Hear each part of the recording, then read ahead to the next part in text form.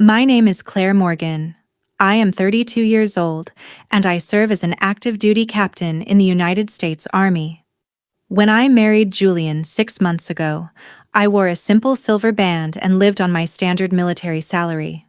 What Julian never knew, and what no one outside my family's legal trust ever suspected, was that following the passing of my father, a decorated four-star general, I became the sole beneficiary of an estate valued at over $68 million. I kept it quiet because I wanted a marriage built on genuine love, not a fortune. But 3 days ago, everything unraveled. Julian's mother, Evelyn, walked through my front door flanked by an attorney, holding an eviction notice and demanding I surrender my home and savings because I wasn't high class enough for her son. She thought she was crushing an ordinary soldier. She had no idea who she was actually declaring war against. In my world, discipline, quiet resilience, and self-reliance mean everything. You never flaunt what you carry. You let your actions speak for your rank. That principle guided every decision I ever made, especially when it came to my personal life. My late father, General Arthur Morgan, was a decorated four-star general who spent over 3 decades defending this nation. Before he passed, he left me an ironclad family trust, liquid investments, and private real estate valued at over $68 million. It was a massive fortune, legally sealed and protected under domestic holding companies. Yet, despite having the means to live like royalty, I chose to wake up at dawn, put on my uniform, and live strictly on my military officer's salary. When I met Julian 2 years ago, he seemed grounded. He was an up-and-coming architect who spoke about building a meaningful future through honest hard work. When we married 6 months ago, I wore a simple silver band at a quiet courthouse ceremony. I deliberately chose not to disclose my $68 million trust to Julian. I wanted a marriage rooted in genuine commitment, mutual respect, and authentic love, not a transaction driven by a staggering balance sheet. For 6 months, I believed we were building something pure, completely unaware of the wolves circling right outside our modest front door. The cracks in our marriage didn't take long to appear, and every single one of them led straight back to Julian's mother, Evelyn. Evelyn was an elitist socialite obsessed with status, old money aesthetics, and projecting a life of hollow luxury. From the day Julian introduced us, her disdain for me was unmistakable.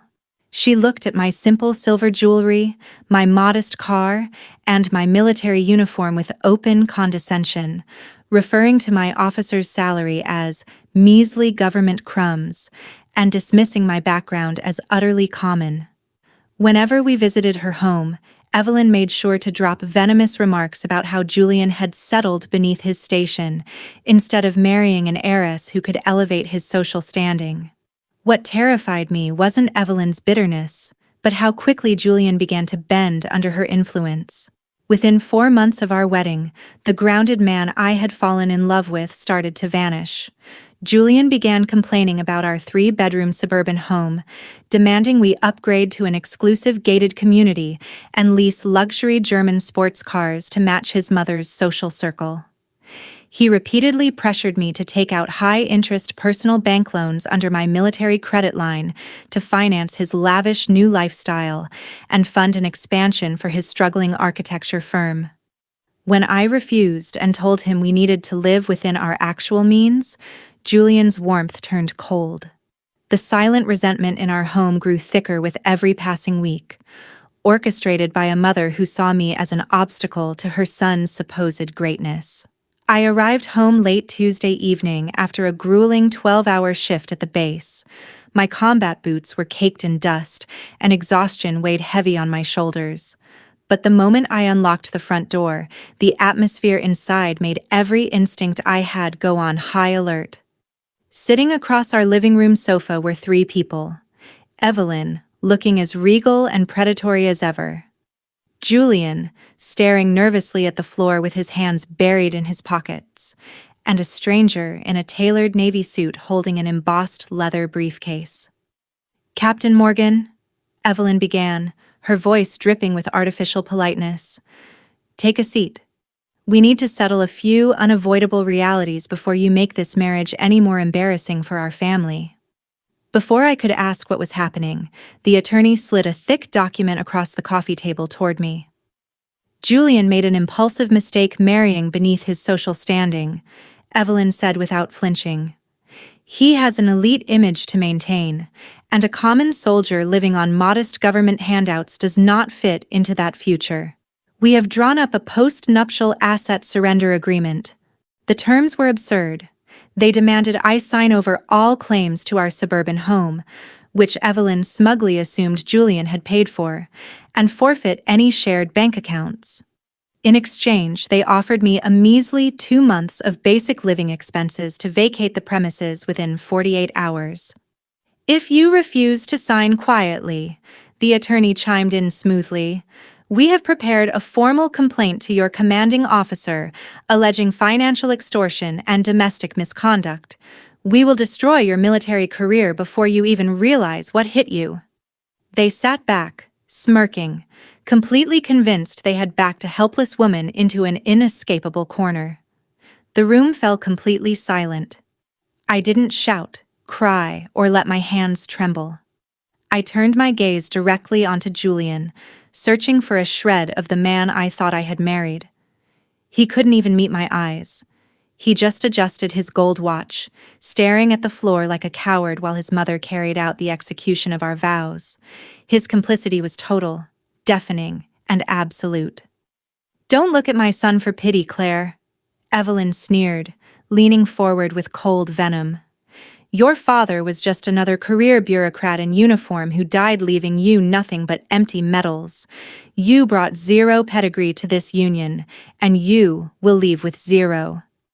Hearing her speak my late father's name with such disrespect ignited something lethal behind my ribs. But on the battlefield, the soldier who reacts with reckless anger always loses. The discipline my father hammered into me took full control. I picked up their document, flipped methodically through every predatory clause, and let their attorney believe his legal threat had stunned me into submission. "I see your position clearly," I said, my voice steady and ice-cold. "If you want this finalized without a public spectacle, I will not sign this in our living room. We will meet tomorrow morning at 10 sharp in the boardroom of your family's downtown legal firm. Bring your final paperwork. I will handle mine." Evelyn smiled with arrogant triumph, convinced she had bullied me into surrender. They had no idea they had just walked straight into an ambush. The moment their luxury sedan pulled away from the driveway, I locked the front door and went straight to my father's personal safe in the study. I took out an encrypted satellite phone and dialed a private direct line I had not touched since the day of my father's funeral. 2 rings later, a deep, authoritative voice answered. "Captain Morgan, I assume the perimeter has been breached?" It was Harrison Vance, senior managing partner at Vance & Sterling, and the executor of the Morgan Family Trust for over 25 years. He had served alongside my father in military intelligence before building one of the most formidable legal practices in the country. "It's time, Harrison," I said calmly. "Activate the contingency files on Julian and Evelyn." Within 90 minutes, Harrison had decrypted the full financial forensic portfolio on both of them. What we uncovered was staggering. Julian's architecture firm was completely insolvent, drowning under $700,000 of reckless personal debt and unpaid commercial vendor invoices. Worse, Evelyn had quietly drained her own savings account to finance their opulent illusions, betting everything on forcing me out and seizing our home to liquidate it for fast cash. What neither of them knew was that our suburban home had been purchased outright in cash through an anonymous subsidiary of the Morgan Trust. Julian had never contributed a single dollar. Even more devastating, the prestigious glass tower downtown where Julian's architecture firm leased its entire sixth-floor office was owned wholly by Morgan Commercial Holdings. Julian is 6 months behind on his commercial rent, Claire, Harrison noted with cold precision. Under the master lease agreement, we hold immediate default seizure rights. Draft the counter notices, the complete asset title disclosures, and the eviction orders, I instructed. I will see you at the boardroom tomorrow at 10 sharp. The glass doors of the 34th floor conference room slid open at precisely 10 o'clock. Evelyn was already seated at the head of the polished obsidian table, wearing a smug smirk, flanked by Julian and their private attorney, Mr. Bennett. Julian looked visibly relaxed, clearly thinking this meeting marked the end of his financial struggles and the dawn of a fresh payday. Glad to see you have basic military punctuality, Claire, Evelyn said, tapping her French manicured nails against the desk. Sign the property transfer and Bennett will hand over your 2 months of severance stipends. Before I could answer, the double doors swung open behind me. Harrison Vance stepped into the boardroom, flanked by 2 junior partners carrying heavy leather dossiers. Bennett glanced up, his smug grin instantly vanishing as his eyes widened in sheer disbelief. Harrison Vance? Bennett stammered, scrambling to stand up. What is Vance and Sterling doing here? I represent Captain Claire Morgan, Harrison stated, his voice cutting through the room like a blade. And before my client signs anything, we are presenting our mandatory counter-disclosure. Harrison dropped the heavy folders onto the mahogany table.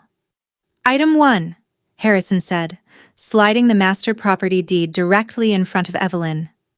The home you attempted to seize yesterday was purchased outright in cash by Morgan Family Holdings. Julian's name appears nowhere on the title.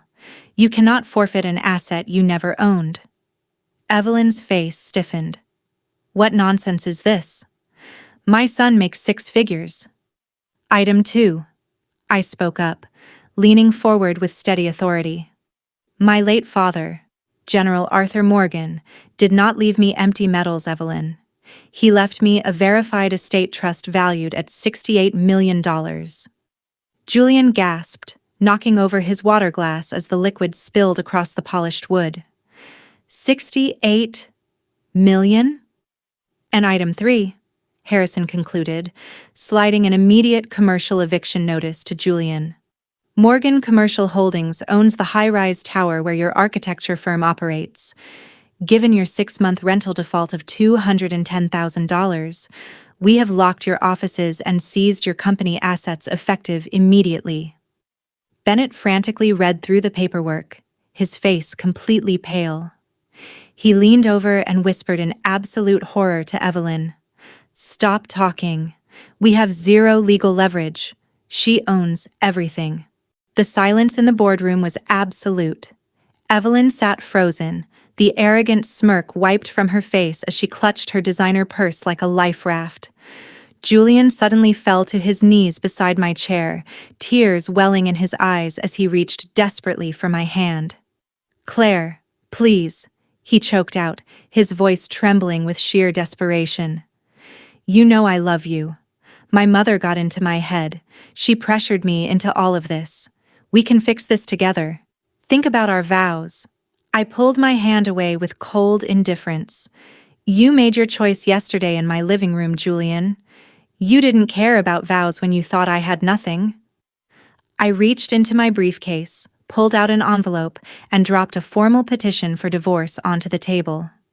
You have 60 minutes to collect your personal clothes from my house under military police escort. Any attempt to contact me outside of Mr. Vance will result in an immediate restraining order. Within weeks, the fallout was absolute.